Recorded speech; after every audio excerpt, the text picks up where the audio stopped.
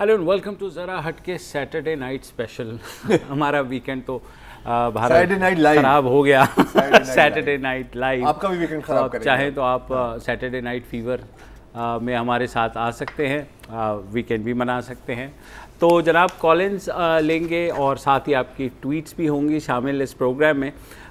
मैं और ज़रार हैं आज, वसत हमारे साथ मौजूद नहीं है। सबसे पहले हम वसत गए हुए फैज़ मेले में तो वो कर रहे हैं मौजें और हमें फंसवा दिया उन्होंने। लेकिन बहरहाल खैर, कामरान अली साहब हैं नवाबशाह से। अस्सलाम वालेकुम कामरान। सरप्राइज।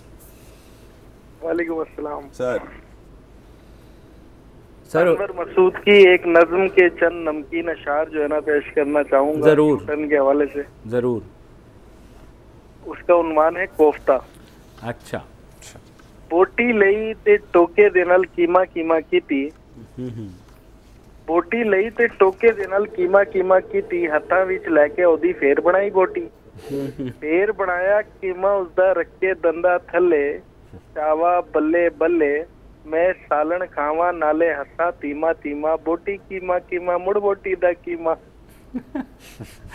सही बात है। ठीक है। कल वाला आपका जो है ना बहुत ज़्यादा डायरेक्ट था, मेरे ख्याल में आपने यू टर्न लेते हुए जो है शेर को थोड़ा सा वो कर दिया, लेकिन अच्छा यू टर्न की बात की तो ट्वीट्स पे एक एहसन रजा साहब, और एक्चुअली बहुत लोगों ने ये तस्वीर भेजी है। अगर एहसन साहब की ट्वीट हम स्क्रीन पर दिखा दें, वो जो तस्वीर ये उन्होंने तस्वीर पोस्ट की है कि जी ये लीडर है, लीडर वो यू टर्न है और नेपोलियन और हिटलर बिल्कुल सीधा जा रहे हैं। अच्छा अब इसके बाद प्लीज अब यू टर्न पे हम कोई मजीद बात नहीं करेंगे। 24 घंटे हो गए हैं, मैं तंग आ गया हूँ इस खबर से। इसी बात पे यू टर्न लेते हुए हम अगले कॉलर को लेते हैं। के नूरानी साहब हैं कराची से। अस्सलाम वालेकुम नूरानी साहब।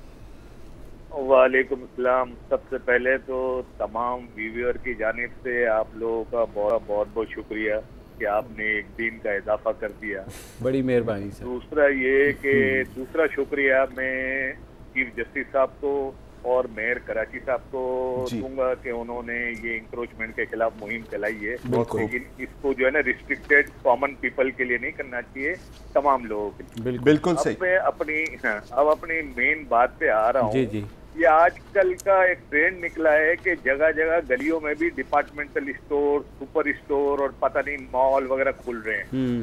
रेजिडेंशियल बिल्डिंग में होते हैं। बिल्कुल। और आपने ये नोट किया होगा कि इतने बड़े स्टोर के अंदर कहीं इन्होंने फायर एग्जिस्ट या फायर एक्सटिंग्विशर का कोई निजाम नहीं रखा। सही बात है। अगर खुदा ना खास्ता, और उसके अंदर तमाम जो आइटम होती है वो फ्लेमेबल होती है, कपड़े होते हैं, सर जी बिल्कुल, परफ्यूम होते हैं, जूते होते हैं, बिल्कुल। कभी खुदा ना खास्ता इस किस्म का कोई हादसा हो गया तो सैकड़ों लोगों की जानें जाएंगी, लेकिन इस चीज पे कोई तवज्जो नहीं दे रहा है। मैं चाह रहा हूँ आपके प्रोग्राम के तहत उन डिपार्टमेंट, उन जो गवर्नमेंट के इदारे हैं उनको ये बताया जाए ताकि वो जो है ना इस पे जो है ना इंस्पेक्शन करे। बिल्कुल। और दूसरा ये कि आप अपने रिपोर्टर को भी भेजिए ताकि वो एक विजिट करके अवाम को भी बता सके। ये बहुत बड़े, ये इससे पहले कि कोई हादसा हो जाए, हम हमेशा वही काम करते हैं जो हादसा होने के बाद हम एक्शन में आते हैं। बिल्कुल, और वो भी एक्शन आर्जी ही होता है। सर आपकी बात 100% दुरुस्त है। आपने तो सिर्फ डिपार्टमेंट स्टोर्स की बात की, यार ये पूरा जो शहर है, और मतलब सिर्फ कराची शहर का ये मसला नहीं है, पूरे मुल्क का ये मसला है। ये पूरा शहर एक फायर हैजर्ड है। बिल्कुल। आप देखेंगे तो अक्सर अगर आप किसी प्ले को देखने भी जाएं तो वो जो आइल्स हैं वहां पर भी कुर्सियां लगा देते हैं। अब मैं हमेशा से सोचता हूँ कि यार अगर खुदा ना खास्ता यहाँ पर आग लग गई तो क्या होगा? तो आधे लोग तो भगदड़ में मच जाएंगे। बिल्कुल। और होता ऐसा ही है। बिल्कुल। आप किसी भी ऑफिस में जाएं, आपको कहाँ फायर एक्सटिंग्विशर मिलेगा? बहुत ही कम मिलेगा तो वो बाबा आदम के जमाने का, या रेत की 3 बाल्टियां होंगी। रेत की बाल्टी भी है तो चलो खैर है, कुछ तो है ना यार। लेकिन मतलब प्लानिंग और इस लिहाज से कुछ नहीं है। मुझे याद है कि बल्दिया आग के बाद एक अगेन जैसे अभी निराली साहब ने कहा कि कुछ होता है तो फिर हम एक्शन में आते हैं। उसके बाद थोड़ी देर के लिए हुआ था कि जी फायर ड्रिल होगी और फिर वो भी अपनी मौत मर गया। इंक्रोचमेंट्स की बात की भाई साहब ने, तो मैं इसमें एक चीज ऐड करना चाहता हूँ। मालवी मजहर साहिबा को हमने दावत दी थी इसी हफ्ते में, ख्याल है शायद ना, KDA इस पर हम बात कर रहे थे। तो अब जगह तो साफ हो गई है, लेकिन जो एम्प्रेस मार्केट की जो बिल्डिंग है, जो एक हेरिटेज है, उसकी जो सफाई हो रही है, वो आज गई थी वहां पर, तो काफी उनकी कुछ एतराजात हैं। और कह रहे हैं कि जिस तरह उसकी सफाई की जा रही है, ये तस्वीरें आप देख रहे हैं, ये सैंड ब्लास्टिंग हो रही है। तो मेरी बात हुई थी मालवी मज़हर साहिबा से, तो उन्होंने मुझे एक वीडियो भेजा है कि और वो बता रही हैं कि इसमें क्या मसले मसाइल हैं, जिस तरह तो एक दफ़ा सुन लीजिए। आज एक और न्यूज़ आई है कि एम्प्रेस मार्केट के ऊपर सैंड ब्लास्टिंग टेक्निक इस्तेमाल करी जा रही है, जो कि एक इंतहाई गलत मेथडोलॉजी है। एम्प्रेस मार्केट को पहले तो सबसे पहले उसकी जो फर्स्ट फेज स्टडी ये होनी चाहिए कि कंडीशन सर्वे रिपोर्ट बननी चाहिए कि एम्प्रेस मार्केट की अपनी क्या प्रॉब्लम्स हैं, कहाँ पे स्ट्रक्चरल इश्यूज़ हैं, कहाँ पे क्या बिल्डिंग में मसले हैं, और जब उसकी थरो रिपोर्ट बन जाए उसके बाद urban planners, heritage consultants, architects को ऑन बोर्ड होना चाहिए, जो इसकी फीजिबिलिटी प्लान बनाए कि इस बिल्डिंग को किस तरह प्रिजर्व किया जाए, किस तरह रिस्टोर किया जाए। इस जल्दबाजी में जो कि ये टेक्निक इस्तेमाल कर रहे हैं, इससे बिल्डिंग ज़्यादा मज़ीद वल्नरेबल हो सकती है। हमारा जो सिटी का वेदर है वो बहुत ह्यूमिड है। जब आप इस बिल्डिंग को इस तरह वल्नरेबल करके उसको एक्सपोज कर देते हैं वेदर कंडीशंस में, तो वो और मज़ीद इश्यूज़ देती है। गिथरी स्टैंडस्टोन की ये बिल्डिंग बनी हुई है। इस बिल्डिंग का जो मटेरियल है जिससे ये स्ट्रक्चरली बनी हुई है, उसको समझने की बहुत ज़रूरत है। वो एक ऑलरेडी पोरस मटेरियल है। सैंड ब्लास्टिंग से आप उसको मज़ीद डैमेज कर रहे हैं। मेरी अपील होगी ये कि बिल्डिंग को सोच समझ से ठीक किया जाए और उसकी अंदर की इंटरनैलिटीज़ को देखा जाए कि उसमें किस तरह का प्रोजेक्ट लाया जाएगा, उसकी क्या प्रोग्रामिंग होगी। इसमें कोई ज़रूरत नहीं है हमें कि हम जल्द इस बिल्डिंग को तैयार करें just for the sake of beautification. तो ये है कोई आसान हल नहीं होता, चीज़ों को सोच समझ के करना होता है, नहीं तो फिर आपको पता है क्या आपको किस किस्म की टर्न लेनी पड़ती है। बहरहाल अगली कॉलर, मैंने कुछ नहीं कहा मैंने किस किस्म की टर्न लेनी पड़ती है, किसी भी किस्म की टर्न हो सकती है यार, ये तुम अज्यूम कर रहे हो। अच्छा, राव तनवीर साहब हैं फैसलाबाद से। अस्सलाम वालेकुम सर। वालेकुम अस्सलाम, good evening. Good evening sir. जी सर। अब तो नाइट हो गई है वैसे sir. Have a nice weekend कह रहे। वो वीकेंड तो गुजर गए ना सर। चले बहरहाल, हाँ जी फरमाइए भाई। हाँ। अच्छा सर, बात करनी थी कि जैसे हमारा इस्लाम है माशाल्लाह फाकी मजहब है, it's a complete code of conduct. बिल्कुल। इबादत और मामलात हमें दोनों चीजें बता दी गई। बेशक। हकूकुल्लाह कह दे, हकूकुल इबाद कह ले। सही बात है। तो हमारे मेजॉरिटी ऑफ पीपल जो मामलात हैं, जैसे हमसायों के हुकूक, गैर मुस्लिम के हुकूक, या बिजनेस में भी हमें इस्लाम में बता दिया गया, मिलावट के बारे में बता दिया गया, ज़ख़ीरा अंदोज़ी के बारे में बता दिया गया, कम तोलने के बारे में बता दिया। बेशक। लेकिन अब मेरा क्वेश्चन ये है कि हम इन चीज़ों पे टीवी पे भी प्रोग्राम देख देख के थक चुके हैं। मिलावट मिलावट मिलावट, किसी पे कोई असर नहीं होने को आ रहा। अब मेरा क्वेश्चन ये है कि हमारे मसाजिद के उलमा कराम, जिसमें माशाल्लाह बड़े अच्छे अच्छे हैं, हम भी उनसे बहुत मोहब्बत करते हैं, उनमें से मेजॉरिटी जुमा का जो हमारा खुतबा होता है उसमें मेजॉरिटी हकूकुल्लाह तो बताते हैं। हमारे लोगों को हकूकुल इबाद और बिजनेस कोड ऑफ कंडक्ट जो है, इन बारे में, इसके बारे में कुछ ज़्यादा मेरा ख्याल है अवेयरनेस नहीं डालते। सही बात, रोशनी नहीं ज़्यादा डालते, तो हमारे ना माशरे पे इसका कोई असर नहीं हो पा रहा। काइंडली आप भी कुछ अपने प्रोग्राम के जरिए कम्युनिकेट करें, शायद कुछ हमारे प्यारे उलमा कराम इस पे मजीद अपने इनपुट डालें और लोगों को ये समझाएं, ये बात शायद उधर से बेहतरी आ जाए। सही बात है। बिल्कुल आपने मेरे ख्याल में कंप्लीट बात की है, और ये मैंने ख़ुद भी एक्सपीरियंस किया है कि अगर आप जुम्मे की नमाज़ पढ़ने या इवन ईद की नमाज़ पढ़ने जाएं, तो अगर मौलाना साहब ख़ुद से शुरू भी करें हकूक़ुल इबाद पर, बात तो आवाज़ें लगनी शुरू होती है कि जल्दी करें जी, ईद की नमाज़ कराएं या जुम्मे की नमाज़ जुम्मा कराएं। It has happened. अच्छा, आप इन्होंने बात की वज़ीर कानून की, तो एक और वज़ीर कानून के बारे में एक सवाल पूछा है सोबिया कुरैशी साहिबा ने, और मैं ख्याल है आपको पता है कि किन की बात कर रही हैं। ये बात कर रही हैं गिलगित बल्तिस्तान के जो टूरिज्म मिनिस्टर फ़ैदा खान साहब हैं, और जो वज़ीर कानून है औरंगज़ेब खान, जो काफ़ी आग बगोले हुए हैं हाल में। इस्लामाबाद एयरपोर्ट में वो फ़्लाइट कैंसिल हो गई थी, और वीडियोस भी आई हैं कि तू मैं कर रहे हैं, और उन्होंने धक्का दिया, बाकायदा धक्का भी दिया, और कुछ चीज़ों को जलाया भी। अब उन्होंने जलाया या किसी और ने जलाया, तो वो पूछते ही हैं कि इस केस का क्या बना। अभी फ़िलहाल जो आखिरी खबरें आई हैं कि वज़ीर आला गिलगित बल्तिस्तान ने उनको हिदायत की है कि आप जाकर के उस आदमी से माफ़ी मांगें। लेकिन सोबिया साहिबा ने ये ज़रूर पॉइंट आउट किया था कि इस तरह अगर आप जला रहे हैं कोई चीज़ एयरपोर्ट पर, तो आप क्या ख़तरे में डाल रहे हैं बिल्डिंग को? नहीं, you should be arrested. Exactly. ये मतलब मेरा तो इसमें यह है कि जी बिल्कुल, आई मीन सुप्रीम कोर्ट ने भी नोटिस लिया है और मेरे ख्याल आज उनकी समाअत हुई थी शायद, मेरे ख्याल में आज नहीं, आज नहीं, हफ्ते के रोज आज ही हुई थी मेरे ख्याल है, आज हुई थी एक। लेकिन देखिए अगेन इन माय ओपिनियन, अगर आपने कानून तोड़ा है तो आप वजीर हो या आम शहरी हो, सजा तो आपकी एक ही होनी चाहिए। इसका क्या होगा मुझे नहीं पता। और अदालतों की बात की तो बहुत लोगों ने कहा है कि ये जो फैसलाबाद में आपने सीन देखा होगा, मेरे ख्याल हमारे पास फुटेज भी है, जो लॉयर्स ने हंगामा चल रही है यार, गेट तोड़ रहे हैं, कुर्सियां तोड़ रहे हैं, जज की कुर्सी लाके और जज की कुर्सी लाकर उठाकर फेंक रहे हैं। तो ये है, ये देख रहे हैं साहब को, ये फड्डा करते जा रहे हैं। और फिर ये लोग कहते हैं कि जी हम हैं जो कानून को उठाते हैं। मैंने कानून, लेकिन कानून अपना अपना, तो ये भी एक इशू है। बहरहाल एक छोटी सी ब्रेक लेनी है यहाँ पर, ब्रेक के बाद ट्वीट्स और कॉल्स का सिलसिला जारी रहेगा।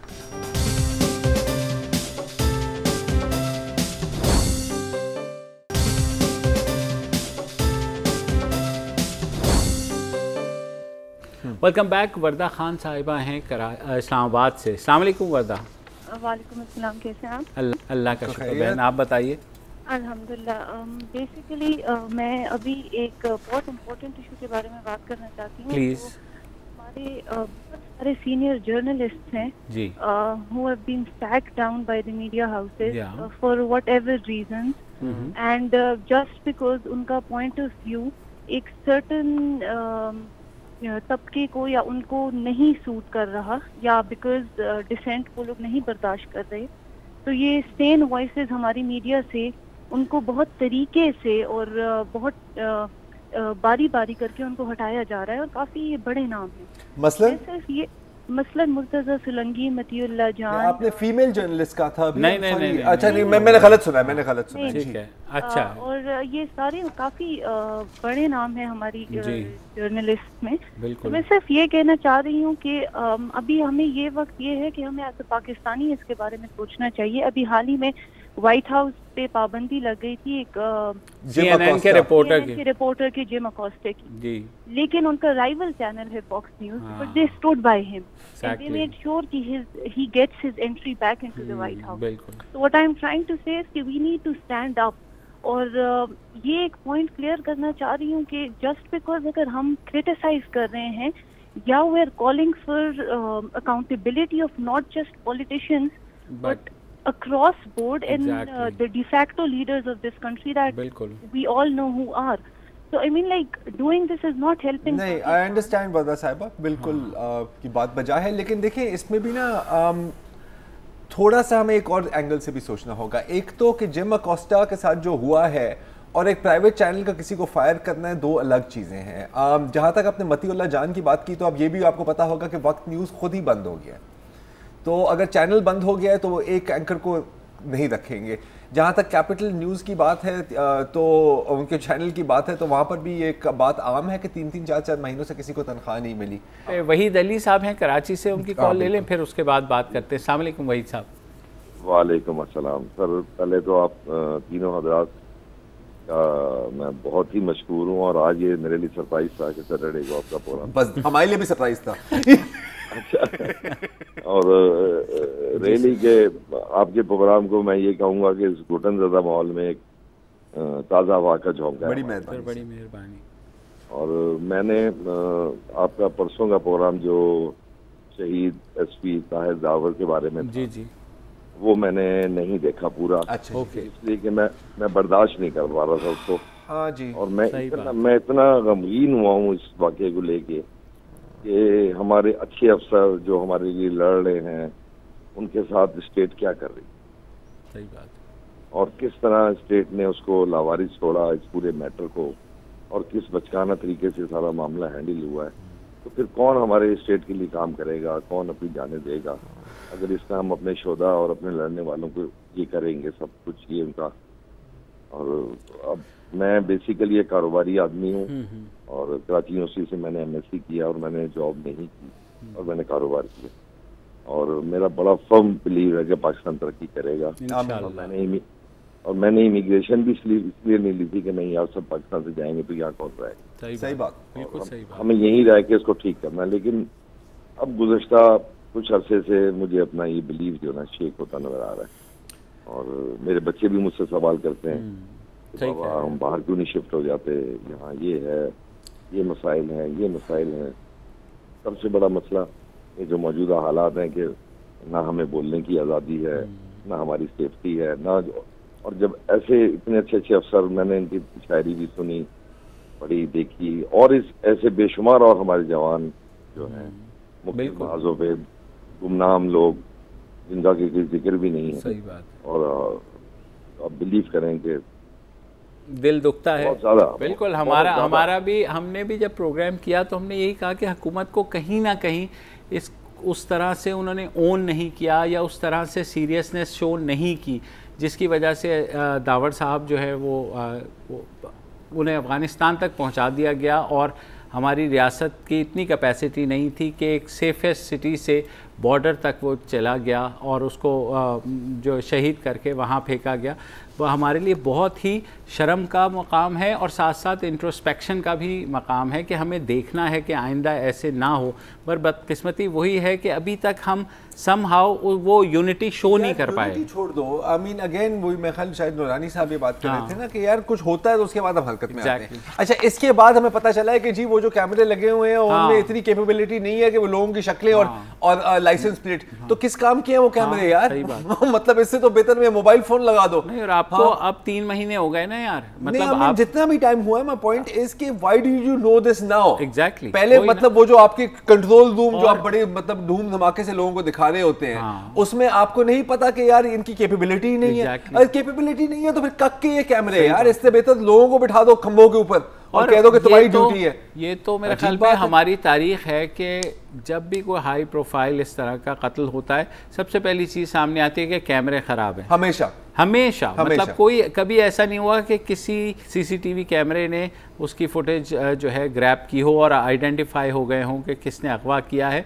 क्योंकि अगर इस्लामाबाद से कोई दहशतगर्द तंजीम उनको लेके जा सकती है, सबसे खौफनाक बात है। इसका मतलब है कि इस्लामाबाद से अगवा करके आप अफगानिस्तान ले गए हो, किसी ने बीच में आपको पता और एसपी लेवल का ऑफिसर, हम आप तो छोड़ देना, इसका मतलब है कि आम आदमी की जिंदगी तो बिल्कुल महफूज नहीं। वो तो छोड़ ही दो ना यार। और इसी बात पर एक ब्रेक ले लेते हैं। आप हेडलाइंस देखिए, हम ट्वीट्स पढ़ते हैं।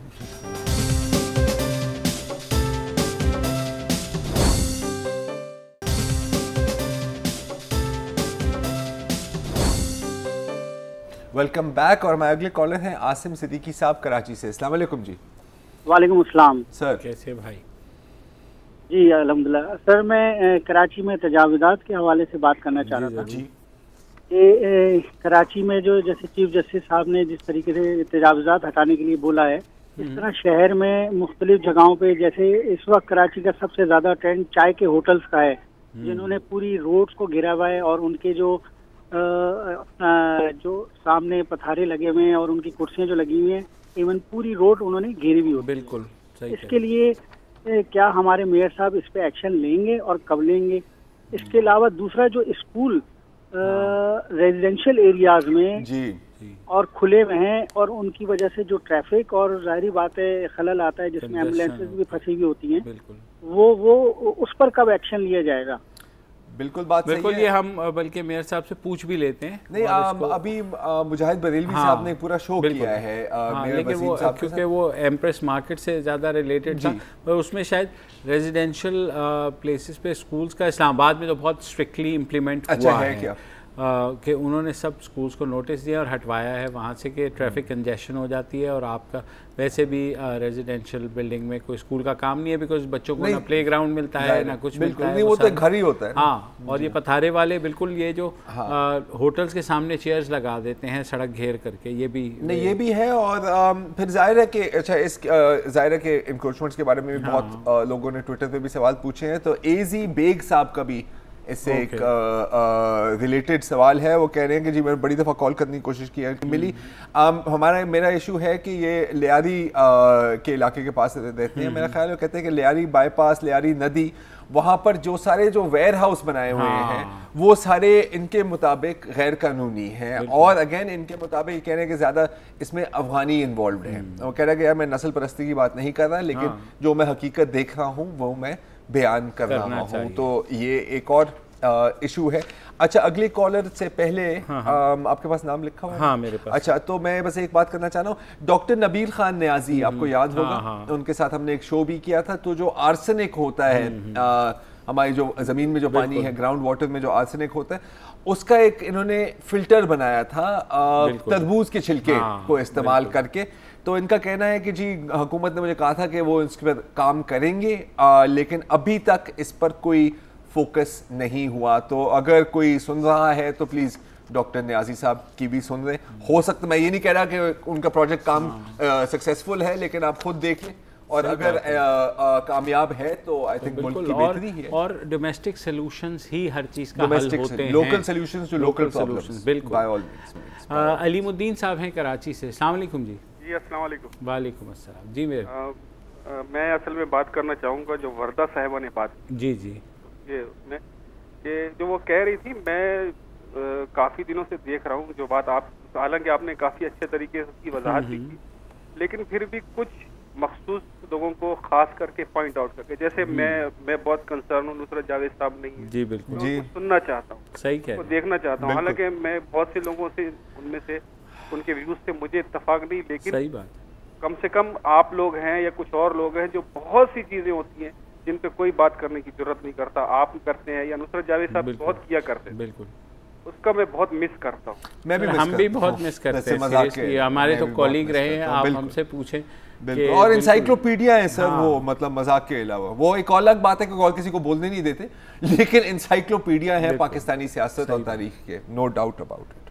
तो सर ये है इसमें कि बिल्कुल आपकी बात ठीक है, लेकिन हर दौर में मुझे लगता है कि मैंने जब से सहाफ़त शुरू की है 27 साल हो गए, हर 80s से अगर आप शुरू करें 90s, हर दौर के प्रॉब्लम्स होते हैं। कुछ सहाफ़ियों को मसाइल का सामना करना पड़ता है, चाहे वो जमहूरी हुकूमत हो, चाहे वो मार्शल लॉ हो, और ये कंटिन्यूइंग स्ट्रगल है हम सहाफ़ियों के लिए भी। लेकिन ऐसा पहले होता था, पहले भी हुआ कि सहाफ़ियों को नौकरी से हाथ धोना पड़े, और इस बार लेकिन क्योंकि टेलीविज़न की वजह से वो ख़ासी चीज़ें विजिबल हुई हैं, तो मेरे ख़्याल में अब कोई माहौल ऐसा बनाया गया है कि इतना शदीद फाइनेंशियल क्रंच है कि फिर मीडिया हाउसेस जो हैं सही या गलत, मेरे ख्याल में तो अपने उसमें ज़ाहिर है सबको हक़ है, प्रॉफिट मेकिंग ऑर्गेनाइजेशंस हैं, लेकिन उन्होंने ये फ़ैसला किया है कि जनाब ये इसको जो है हमने कुछ अपना वेट शेड करना है, और उसमें ज़ाहिर है एडिटोरियल में बिल्कुल हम कतई ये नहीं कह सकते कि इसमें एडिटोरियल कोई दखल नहीं है, बिल्कुल होगा, लेकिन अपेरेंटली फ़िलहाल जो है वो इतना शदीद फाइनेंशियल क्राइसिस है कि जिसकी वजह से करना पड़ रहा है। बिल्कुल, और मतलब एक और बात ये भी है कि हमारा एक ही सहारा है बतौर मतलब सहाफ़ी होने के नाते से, और वो है सहाफ़त। तो आजकल के दौर में कम से कम सोशल पर बहुत प्रेशर होता है कि सर आप इनकी साइड लें, आप इनकी साइड लें, आप किसकी साइड पर हैं। साइड लेना हमारा काम नहीं है, हमारी कोशिश होनी चाहिए, जहाँ तक हम भी इंसान हैं, हमारे से गलतियाँ होती हैं, कि हक और सच के साथ आप खड़े रहें। हो सकता है कि आप हमेशा कामयाब नहीं होंगे इसमें, लेकिन गोल आपका यही एग्जैक्टली। और दूसरा ये कि देखिए हक और सच की बात यह है कि हमारे पास जो अवेलेबल इंफॉर्मेशन होती है हम उसके तहत बात करते हैं। जैसे ज़रार ने कहा, गलती हमसे भी हो सकती है, हम भी ज़ाहिर इंसान हैं, लेकिन दानिस्ता कभी कोशिश नहीं की कि दानिस्ता कोई डंडी मारी जाए या गलती की जाए। और जहाँ तक नुसरत साहब की बात है तो हम खुशकिस्मत इस लिहाज से कि उनके अभी भी कॉलम छप रहे हैं, तो आप जो है नवाए वक्त में जाकर के उनका कॉलम पढ़ सकते हैं। अब उन्होंने नेशन के लिए भी लिखना शुरू किया है, तो अंग्रेज़ी में भी पढ़ सकते हैं। कहीं ना कहीं उनको कोई ना कोई आउटलेट, और वो इतने टैलेंटेड हैं, इतने ज़बरदस्त सहाफ़ी हैं कि उनको इदारों की मजबूरी है उन्हें अपने साथ रखना। एक वक्फा लेते हैं और उसके बाद वापस आते हैं।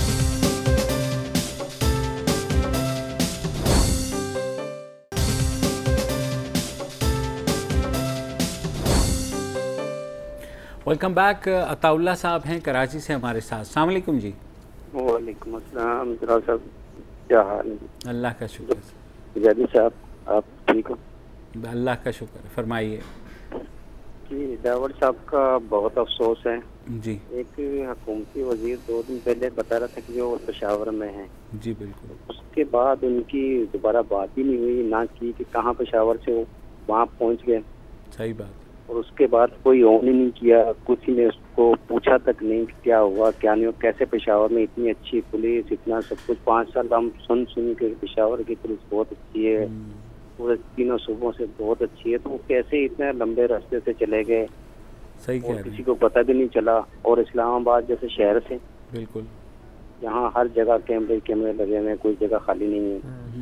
दूसरी बात ये कि जावजात के खिलाफ काम बहुत अच्छा हो रहा है कराची में, मगर जो गरीब गुरबा है वो तो बददुआएं दे रहे हैं, जो बेरोजगार हो रहे हैं सही बात, वो तो बेचारे बहुत परेशान है। यहाँ पे इनको बैठने न दिया जाए, इनके लिए या तो मुतबादिल कोई जगह हो। बिल्कुल नहीं, देनी चाहिए। 100% बात आपकी सही है। इसी हफ्ते हमने इसी मौजू पर बात की थी, तो यही था कि बिल्कुल आपने हटाने हैं, आप हटाएं, लेकिन कोई प्लान दे। कहीं ना कहीं तो आप इनको एडजस्ट करें। अब ऐसे तो और जहाँ तक आप दावर साहब की आपने बात की, तो खैबर पख्तूनख्वा के जो आईजी हैं उनका आज मैं बयान पढ़ रहा था। उन्होंने कहा जी देखें, क्योंकि वो इस्लामाबाद से अगवा हुए हैं तो इस्लामाबाद की पुलिस तफ्तीश कर रही थी, तो लेकिन कोऑर्डिनेशन थी, लेकिन बहरहाल एक बहुत बड़ा फेलियर है जो कि रियासत के ऊपर सवालिया निशान भी है। इसमें कोई दो राय नहीं है। अल्लाह ना करे कि आइंदा ऐसा कोई वाक़या हो, लेकिन वो उस वक्त नहीं होगा जब हम ये कोई सबक सीखेंगे। और इतना कैजुअल जिस तरह से हुकूमत ने रिस्पॉन्ड किया है, बहुत मायूसी की बात, बहुत ज़्यादा। बिल्कुल। मोहम्मद साजिद मिर्ज़ा हैं इस्लामाबाद से, उनसे बात करते हैं। अस्सलाम वालेकुम। जी वालेकुम अस्सलाम। जी फरमाइए साजिद साहब। मैं आपकी तवज्जो आपके प्रोग्राम के वसासत से जी इंतहाई अहम जो जनरली जो पब्लिक का इशू होता है टॉयलेट या वॉशरूम के हवाले से मैं बात करना चाहूँगा। बिल्कुल कीजिए। आजकल क्लीन एंड ग्रीन पाकिस्तान की मूवमेंट भी जो है वो चल रही है जी। तो यूजुअली ये होता है कि जब हम फैमिलीज के साथ मार्केट्स में जाते हैं शॉपिंग के लिए, तो हमें बाज़ वक़्त बड़ी एम्बेरसमेंट होती है। हम पूछते हैं, बड़े बड़े जो है ना आउटलेट्स होते हैं, सही बात, लेकिन उनके पास जो है वो वॉशरूम की फैसिलिटी नहीं होती। और हमें जो है ना वो कहा जाता है कि वो करीब अगली गली में मस्जिद है, अब वहाँ पे चले जाइए। बिल्कुल। तो मैंने देखा है, मैं अमेरिका में मैंने देखा है, मैंने यूरोप में देखा है, वहाँ पे उस वक्त तक कोई भी आउटलेट अप्रूव ही नहीं होती जब तक टॉयलेट की फैसिलिटी ना हो वहाँ। सही बात है। तो हमारे यहाँ भी ऐसी लेजिस्लेशन की जरूरत है, या जो भी कोई अथॉरिटीज हैं वो इस पे तवज्जो दें, ताकि एक कॉमन मैन का जो है वो जरूरत है, इंसानी जिबिल्लत है, जरूरत है। बिल्कुल। तो मैं चाहूंगा कि आप लोग भी इस पे जो है वो नहीं, बिल्कुल आई थिंक वैलिड पॉइंट है इनका। पॉइंट है। ये तो बाजारों की बात कर रहे हैं। आप कभी फैमिली के साथ जाएं रोड ट्रिप पर, तो क्या होता है, हाईवे पे जाएं या काराकोरम हाईवे पे कहीं ढूंढने की कोशिश करें कि आपको कोई बाथरूम मिल जाए। अब हम तो, हमारी तो खैर है, हम तो फिर भी कर लेंगे, लेकिन अगर आपके साथ आपकी अहलियां हैं या बच्चियां हैं, बड़ा मसला होता है, बड़ा मसला होता है। अच्छा, एक ट्विटर पर एक सवाल है, थोड़ा सा हटके ही है। तैमूर साहब, दिस इज तैमूर उनका है, और वो पूछते हैं कि जी आप बुक सजेस्ट, किताबें सजेस्ट करें पाकिस्तानी तारीख पर आज के शो में। तो तैमूर साहब बहुत है, मैं आयशा जलाल साहिबा को रेकमेंड कर सकता हूँ, बाकी और बहुत किताबें पढ़ी हैं, उनका नाम मुझे शायद अभी याद नहीं आएगा, लेकिन एक आपको पढ़नी ज़रूरी है, लाजिम है आप पे, और वो है के अजीज़ की मर्डर ऑफ हिस्ट्री, जिसमें आपको कम से कम ये पता लगेगा कि हमारी जो तारीख है उसको किस तरह तोड़ा और मरोड़ा गया है हमारी टेक्स्ट बुक्स में और हमारी ऑफिशियल हिस्ट्री में। That is worth reading. बिल्कुल, मैं भी इन्हें कहूँगा, क्योंकि आजकल जुडिशल एक्टिविज्म का बहुत जोर है, तो आप एक बुक ज़रूर पढ़िएगा, जजिंग द स्टेट। वो शायद इसके बारे में मैंने बहुत सुना है, ये मैंने तुम्हें भी रेकमेंड की थी कि ये जो है ना पाकिस्तान की तारीख है कि किस किस जंक्चर पे आके जुडिशरी का क्या किरदार रहा है, तो बहुत मज़ेदार, तो बहुत ही। और ये हार्वर्ड के प्रोड्यूसर हैं पाउला न्यूबर्ग, उन्होंने लिखी है, ठीक है, और इट्स अ फैंटास्टिक बुक। मैंने कुछ जजेस को भी तोहफ़तन दी थी पढ़ने के लिए इस्लामाबाद में। अच्छा। और बड़ी इट्स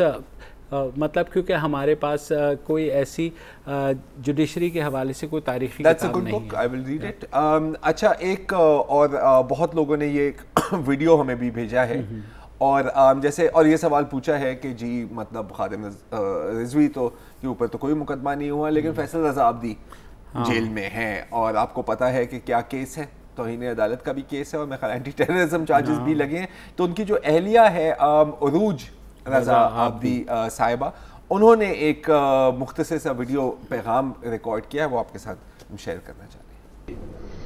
मैं फैसल रजा आब्दी की अहलिया Arooj Raza Abdi chief justice of Pakistan से अपील करती हूं कि वो अपना तहरीरी माफीनामा बाज़ाब्ता तौर पर सुप्रीम कोर्ट ऑफ पाकिस्तान में जमा करवा चुके हैं। वो काइंडली उसको एक्सेप्ट करें और उनको बेल ग्रांट करें। साथ ही मैं ये बताना चाहती हूं कि उनके वालिद साहब जो इस वक्त भी हॉस्पिटल में मौजूद हैं, उनको 4 दिन पहले स्वेयर हार्ट अटैक हुआ है और ये मेरी बच्ची जो इस वक्त एक माँ की है, जब से पैदा हुई है फैसल रजा आब्दी साहब ने इनको नहीं देखा। तो मैं ये चाहती हूँ ऑन ह्यूमैनिटेरियन ग्राउंड्स वो उनको बेल ग्रांट करें और मैं उम्मीद करती हूँ कि वो मेरी रिक्वेस्ट एक्सेप्ट करेंगे। Thank you. ये वीडियो आपने देखी और कुछ वीडियोस हमने जो है अभी हाल ही में जो TLP का धरना हुआ उसमें भी देखी थी, वहाँ पर भी बड़ी बातें की गई रियासती इदारों के बारे में, लेकिन अभी तक वहाँ जो है उनके ख़िलाफ़ कोई एक्शन रियासत ने नहीं लिया। तो हम ये नहीं कह रहे कि फैसल रजा आब्दी ने कोई कंटेम्प्ट नहीं की, बिल्कुल उनको सज़ा होनी चाहिए, लेकिन ये मेयार फिर जो है क्रॉस द बोर्ड सब के लिए होना चाहिए। फ़हद मिर्ज़ा हैं, डॉक्टर फ़हद मिर्ज़ा लाहौर से। अस्सलाम वालेकुम फ़हद। अस्सलाम वालेकुम जी, जैदी साहब कैसे हैं जी? अल्लाह का शुक्र, आप बताइए भाई। सर अल्लाह का शुक्र है, काफ़ी सीरियस गुफ्तगू चल रही है तो मैंने कहा लाइटन अप कर दें प्लीज यार, प्लीज डू दैट। हाँ। एक शेर आपकी नजर करना चाहूंगा सर, इरशाद। सर शेर ऐसे है कि यू टर्न से लीडर बनता है हिटलर भी नेपोलियन भी। अच्छा। ये लीडर अपनी फितरत में न नूरी है न नारी है। ये इस तरह मैं इलामा इकबाल की रूह से मादरत के साथ बिल्कुल सही बात है। और सर दूसरा मैं ये अर्ज करना चाहूंगा कि मैं प्रोफेशन जो है वो डेंटिस्ट हूँ। अच्छा जी, जी। ये तो आपकी सदारत में जी रहे हैं हम सर। आपको तो रियासत को फौरन हायर करना चाहिए, क्योंकि लग रहा है कि हमारे रियासत के दांत नहीं हैं और वो जो है बहुत सी चीज़ों पर पीछे हट रही है। तो मे बी यू कैन आप एडवाइजर हो जाए। प्रेसिडेंट वाला बिल्कुल प्रोफेशन है मेरा, लेकिन डंडे सोटे लेके PTV की इमारत में घुसने की हिम्मत नहीं है मेरी और प्रेसिडेंशियल इम्यूनिटी भी नहीं है मेरे पास। चलिए तो फिर मैं ख्याल है कि बस आगे आप बात ना करें ठीक है, क्योंकि हमें भी कोई इम्यूनिटी नहीं है। तोड़फोड़ की उन्होंने बात की तो फरहान मुबीन साहब का भी इससे कोई मिलता जुलता सा सवाल है। उन्होंने कहा कि यार ऐसा कुछ हो सकता है, कोई कानून या कोई ऑर्डिनेंस आ सकती है कि आइंदा किसी को रोड बंद करने की इजाज़त ना हो। अब कहने के लिए तो बहुत अच्छी बात है, लेकिन मेरे ख्याल अनइम्प्लीमेंटेबल है और अगर ऐसा कानून आ भी गया तो ये इस्तेमाल होगा कि असातिज़ा प्रोटेस्ट कर रहे हैं उनके खिलाफ, जिन हेल्थ वर्कर्स जिनको तनख्वाह नहीं मिली 5 साल, बिल्कुल, और गरीब लोग जिनके हाथों में डंडे होते हैं उनको रोकना काफी मुश्किल होता है। सामने कानून भी पिघल जाता है। ऐसा ही कुछ है। तो अब मिलेंगे, रियासत से मत टकराना, नहीं तो रियासत कहेगी कि आज का शो खत्म हो चुका चलता है और आपसे अब हम मिलेंगे परसों। खुदा हाफिज़।